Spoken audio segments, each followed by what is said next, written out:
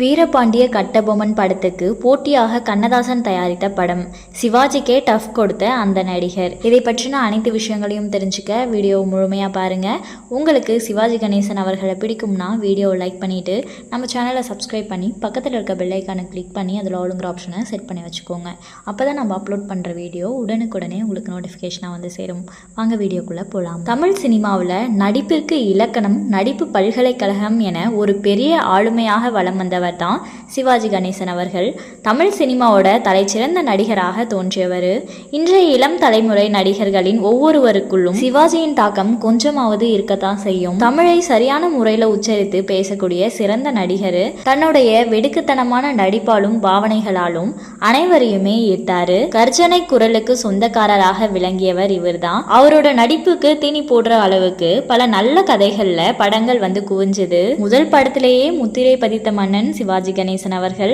அவரோட நடிப்பை பறைசாற்றும் வகையில பணம், மனோகரா, இல்லற ஜோதி, பாசமலர், வீரபாண்டிய கட்டபொம்மன், பச்சை விளக்கு, மோட்டார் சுந்தரம் பிள்ளை போன்ற படங்கள் அவருடைய நடிப்பை விவரிக்கும் படங்களா அமைஞ்சது.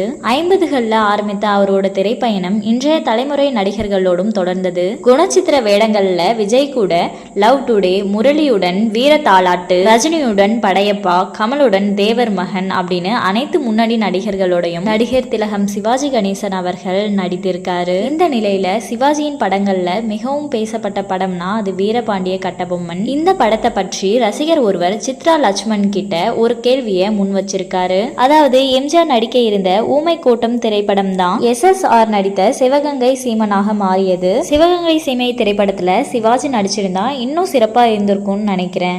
நீங்க என்ன நினைக்கிறீங்க அப்படின்னு கேட்டிருக்காரு. அதற்கு பதிலளித்த சித்ரா லட்சுமணன், அந்த காலத்துல வீரபாண்டிய கட்டபொம்மன் படத்திற்கு போட்டியா கண்ணதாசன் தயாரித்த படமாகத்தான் சிவகங்கை சீமன் படம் அமைஞ்சது அப்படின்னு பல நாளிதழ்களை செய்திகள் பரவியது. அப்படி இருக்க அந்த படத்துல எப்படி சிவாஜி நடித்திருக்க முடியும் அப்படின்னு சொல்லியிருக்காங்க. சிவாஜி அவர்கள் சிறு வயதுல இருந்தே நாடகங்கள்ல நடிச்சு பல வருடங்கள் கழித்து தான் சினிமாவில் நடிக்க துவங்கினாரு. அவரு அறிமுகமான முதல் படமான பராசக்தி படத்திலேயே சிறப்பான நடிப்பை வெளிப்படுத்தி யாரு இவருன்னு எல்லாரும் அதிர்ச்சியோட பாக்குற அளவுக்கு ரசிகர்களையும் திரையுலகத்துல இருக்கவங்களையும் பாத்தீங்கன்னா ஆச்சரியப்பட வச்சாரு. அந்த அளவுக்கு முதல் படத்திலேயே பாத்தீங்கன்னா அவரோட அசாத்திய நடிப்பால அனைவரோட மனதையும் பாத்தீங்கன்னா வென்றாரு. இதற்கு முன்னாடியே வந்து பாத்தீங்கன்னா அவர் சிறு வயதுல இருந்தே பல வேடங்கள்ல வந்து பாத்தீங்கன்னா நாடகங்கள்ல நடிச்சிருக்காரு. கணக்கே வைக்க முடியாத அளவுக்கு வந்து பாத்தீங்கன்னா அவர் நிறைய வேடங்கள்ல நடிச்சிருக்காரு. முக்கியமா பெண் வேடங்கள்லயும் பாத்தீங்கன்னா நிறைய நாடகங்கள் நடிச்சிருக்காரு.